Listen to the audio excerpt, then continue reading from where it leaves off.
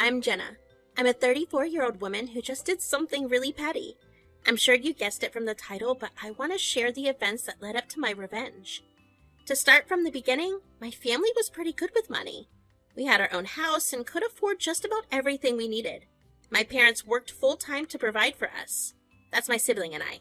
Anyways, they did that with the deal that once we turned 20, they would cut us off all financial aid. I know that it might have sounded mean, but my parents had me when they were really young. The money they started earning was spent on me. Then they had my brother. Essentially, they never got to spend money on themselves. So my brother and I didn't really mind their deal. Plus, 20 was a good enough time for us to sort of be financially stable. My mom made sure to teach me about all the intricacies of the finance world. I developed an interest in the field of finance, and that was what I ended up pursuing. I began working when I was 16. I put aside half of my earnings for savings and investments. My parents met me at my half and gave me the same amount I managed to put away. By the time I was in college, I had fully moved out, and I had more than enough money to get through college and house myself. I managed to find a good-paying content writing internship that allowed me to make some good money on the side. After I graduated, I got placed in this great financial firm. It was a great place to make a start. I managed to work my way up the ladder. I was earning pretty well and life was so good. It was around that time that I was 26 that I met my husband, Tyler. Tyler and I happened to meet out of pure accident. You see, we had both been sitting at this restaurant waiting for our tables. I had a date with someone I met on Tinder that he had a date with someone that he had met at an event. Well, both of us ended up being stood up.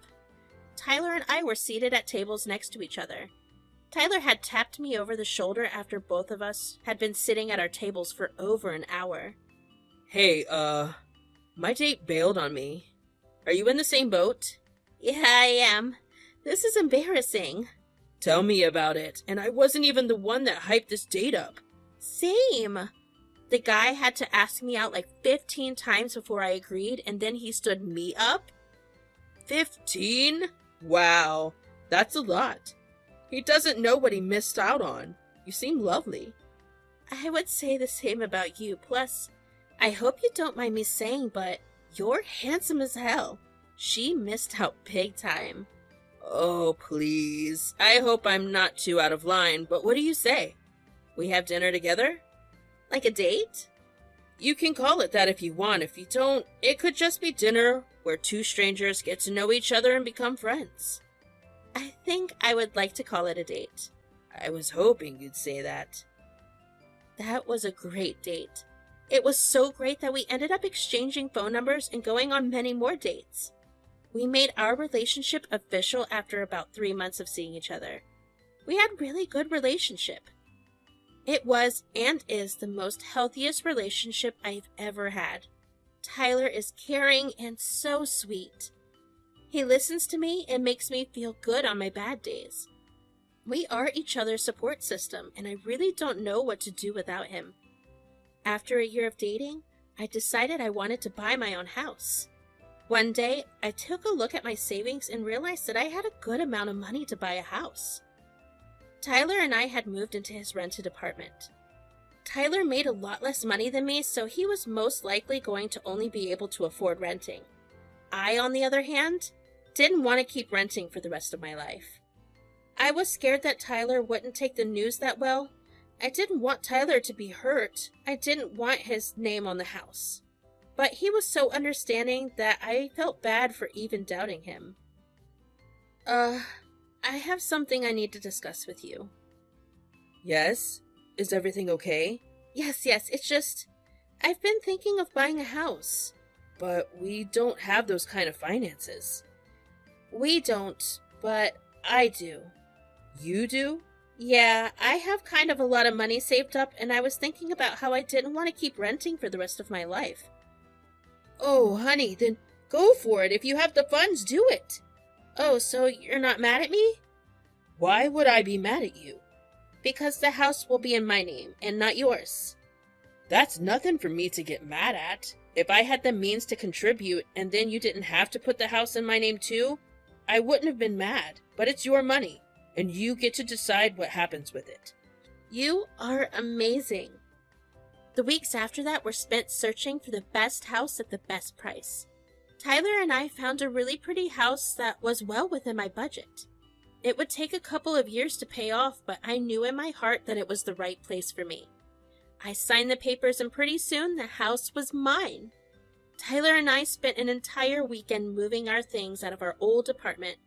It took us about a week to get settled into our new place, and we spent the next month furnishing it to our liking. 2 months later, Tyler prepared this lovely dinner for me.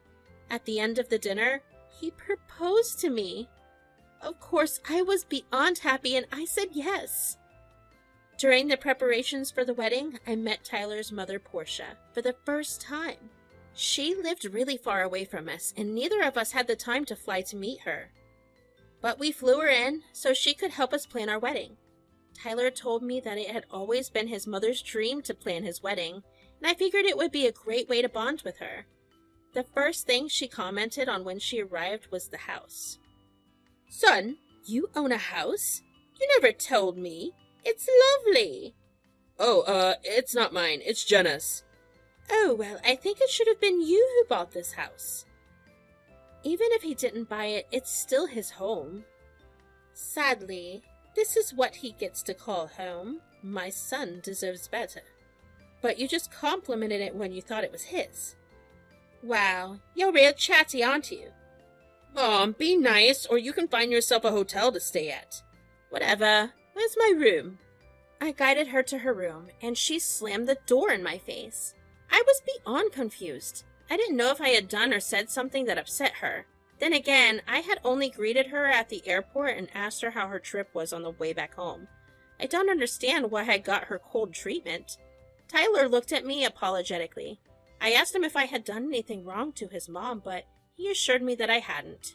He told me that his mom was just a little too traditional, and she probably got butthurt that I even was the one who owned the house and not her son. I honestly didn't get why that was such a bad thing, because at the end of the day, her son was still living with someone who could provide him with a good life. Tyler promised me that if his mother did anything to upset me, I could do whatever I wanted, even kick her out. I didn't think it would go that far, but I was grateful that Tyler had my back. Portia's behavior neither improved nor worsened. She mostly ignored me, but over time, I stopped letting it affect me. As the day of our wedding drew closer, I was way too stressed about everything else to worry about how Portia was suddenly becoming more rude towards me. The day of our wedding was a fabulous one. Tyler and I officially married, and we partied until our feet hurt. Our wedding was a great time for us to bond with each other's families and even catch up with family members we hadn't seen in a while. Portia didn't do much other than sulk in a corner. To be frank, that didn't bother me enough to ruin my day.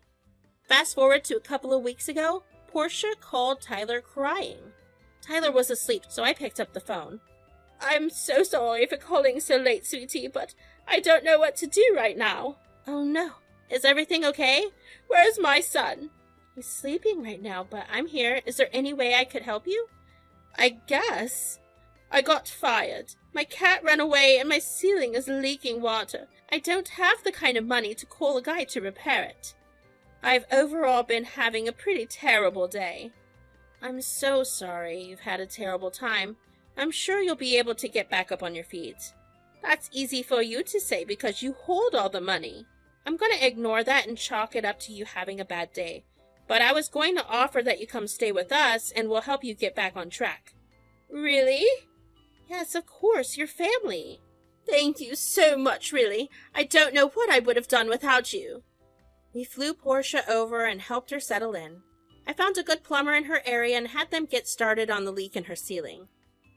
Tyler was grateful that I was helping his mom, and to be honest, I was grateful that I had the opportunity to because I thought we could build a better relationship. Well, I was wrong. Portia left a mess everywhere. I don't even know how she managed to throw garbage on our stairs, but she did. Every time either Tyler or I would try to talk to her, she would tell us that she was too depressed to care. While I understand how depression works because I have experienced it a couple of times, but I also didn't think that she could use depression as a way to excuse all her bad behavior. And then she did something that enraged me. I could deal with her mess and her rudeness. I could deal with her being rude to me. But I couldn't deal with her inviting a bunch of random people into my house and letting them completely empty out all my groceries and pantry. None of them even made an effort to pay me. It lasted a week before I snapped. Okay, I can't deal with this anymore, Portia. You need to ask these people to leave. These people are my family. Tyler knows them. I'm surprised you don't know them. I know they're your family because all of them are acting like a bunch of freeloaders. Look, this is why I've been meaning to tell you this. What? I need you to move out. What? Yeah, I invited my family over to help me deal with my depression, and you? You aren't any help to my mental health at all. But I'm your family. Not really. You've never felt like family. Wow. You didn't mind calling me your family when you needed to stay. My son has a say, and I'm sure if you had said no, he would have changed your mind anyways. This house is mine. You can take your things and leave. I couldn't believe my ears or eyes. My house was packed with strangers, and Portia really just asked me to move out of my own place? I stormed out of the house, and Tyler followed me before he could give his mother a piece of his mind. We got into my car, and I drove until I cooled down. We went through the drive-thru and bought ourselves some ice cream. I drove again till we parked on the slope overlooking the beach. I was mad and annoyed. Most of all, I was hurt. I couldn't believe that my kindness was repaid so rudely. I had helped Portia despite the way she had treated me ever since she first met me. I didn't know what authority she thought she had over me because her audacity was amazing. I wanted to give her a piece of my mind. I wanted to give her a taste of her own medicine. I knew just how to, but I needed Tyler to agree with me. Tyler had been silent the entire time to give me time and space to process my feelings. Okay, I'm ready to talk now. I'm so sorry. I don't know why. I think I'm way too angry to care. Honestly, I get it. Like I promised you before we got married, you can do whatever you like about it. I'll stand right behind you. I have an idea. I want to get back at her. I won't let her think she can walk all over me and I'll just take it. I like that. What's the big idea? I was thinking, since she wants the house so bad, she could also be responsible for the payment of my house loan. First of all, that's a great idea. Secondly, how are you going to do that? And lastly, wouldn't you have to sell the house? Well, I'm going to need your help getting your mom's credit scores. Since you've been taking care of her accounts for a while, I bet you have access to those records. And we won't have to sell our house, but your mother can live with us. That's a sacrifice I'm willing to make because the satisfaction of watching her pay for the mortgage is unbeatable.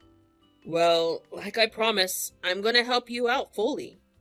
Tyler dropped me off at the park before going back home. He brought his laptop back so we could figure everything out together.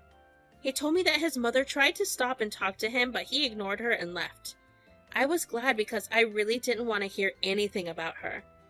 I got in contact with my lender. He and I made a pretty good rapport. So when I explained that I needed my loan to be transferred to my mother-in-law's name, he was very cooperative. I emailed him my mother-in-law's credit score and all the other relevant documents. He promised to have the loan transfer processed as fast as possible. My heart was racing, and after that call, I began to feel a little bad. I mean, yeah, Portia had been more than disrespectful, but it didn't warrant me putting her into debt. Just as I was beginning to regret my decision, Portia called Tyler. Tyler looked at me to see what he had to do. I told him to pick up the call and put it on speaker. "Why'd you ignore me?" You disrespected my wife. What'd you expect? Oh, please. You should be grateful that I did the work that you were too afraid to do. What are you even talking about? Son, you're the man in the relationship. Don't you feel the least bit emasculated because you don't own a house? Why would I feel that way? It's not like I'm living with a friend. It's my wife. I'm happy that my wife is successful enough to own her own house. You can't be serious. Yes, I am. I love Jenna, and there's no universe in which I'd be jealous of her rather than happy with her. Believe me, you'll be happy that I've done this. I'll be waiting for you in my new home whenever you decide to come back. I don't want to see Jenna's harem, though. Goodbye. Every bit of regret I could have felt disappeared immediately. The rage that had cooled down came back at full force. I was glad that I had done what I'd done. Tyler looked just as mad. We didn't want to go back, and we couldn't stay in the park forever, so I called my parents and asked if we could crash there for a while. It took about 2 days for the transfer to process. I knew it had been processed not only because my lender messaged me, but because my phone began to blow up with calls and messages from Portia. I let her go to voicemail every time she called me and left her on red with all her messages. The satisfaction of having gotten back at her was amazing. I was simply giving her back what she had given me. She called Tyler too, but he never picked up. Tyler and I spent the entire day with my family. We caught up, and my parents had a big laugh when we told him what Portia had done and how we retaliated. The next day, I felt like I had let Portia panic enough, so I called her back. Hi, Portia. Sorry, I had a lot of things going on, considering I got kicked out of my own house. You witch! What did you do? What? You asked for the house, so I gave it to you. You gave me a huge loan. Portia, I don't know if you understood how buying houses works, but you usually end up taking loans for it. Since you wanted the house so bad, you can have everything including the loan. But I don't have this kind of money. I just lost my job. Oh, tough luck. I hope this teaches you to never bite the hand that serves you. You're heartless. How could you do this to your family? If I remember correctly, you told me yourself that I wasn't like family, so I guess everything I did wasn't bad. Where's Tyler? Let me talk to him. Oh, he was the one that helped me get a hold of all your documents, so unless you want to yell at him... You're unbelievable. You turned my own son against me? I didn't do any of that. You did this to yourself. All the best, Portia. Goodbye. After that phone call, I didn't really go back home, except to collect our things. My parents gave me some money to buy another place, and this time Tyler also had some savings of his own. My parents felt bad that they couldn't give me a lavish wedding gift like they had given my brother, so they pitched in for a new place. Tyler and I ended up finding a much better house, with way less debt this time. As for Portia, she managed to find another job. Her entire family, whom she had invited to stay with her, left her when Tyler told them what she had done. She was also bound by her lease at her apartment back in her home state, so she was struggling. Tyler and I felt bad, but we kept reminding ourselves that she had been the one who pushed us to this edge. Right now, Tyler and I are living happily. We have a new house, and we have to cut ties with the one person who made our lives miserable. We plan on starting a family soon, and I don't think life could get any better. I guess I learned that I'm a very patient person, but if you push me too far, I'm ruthless.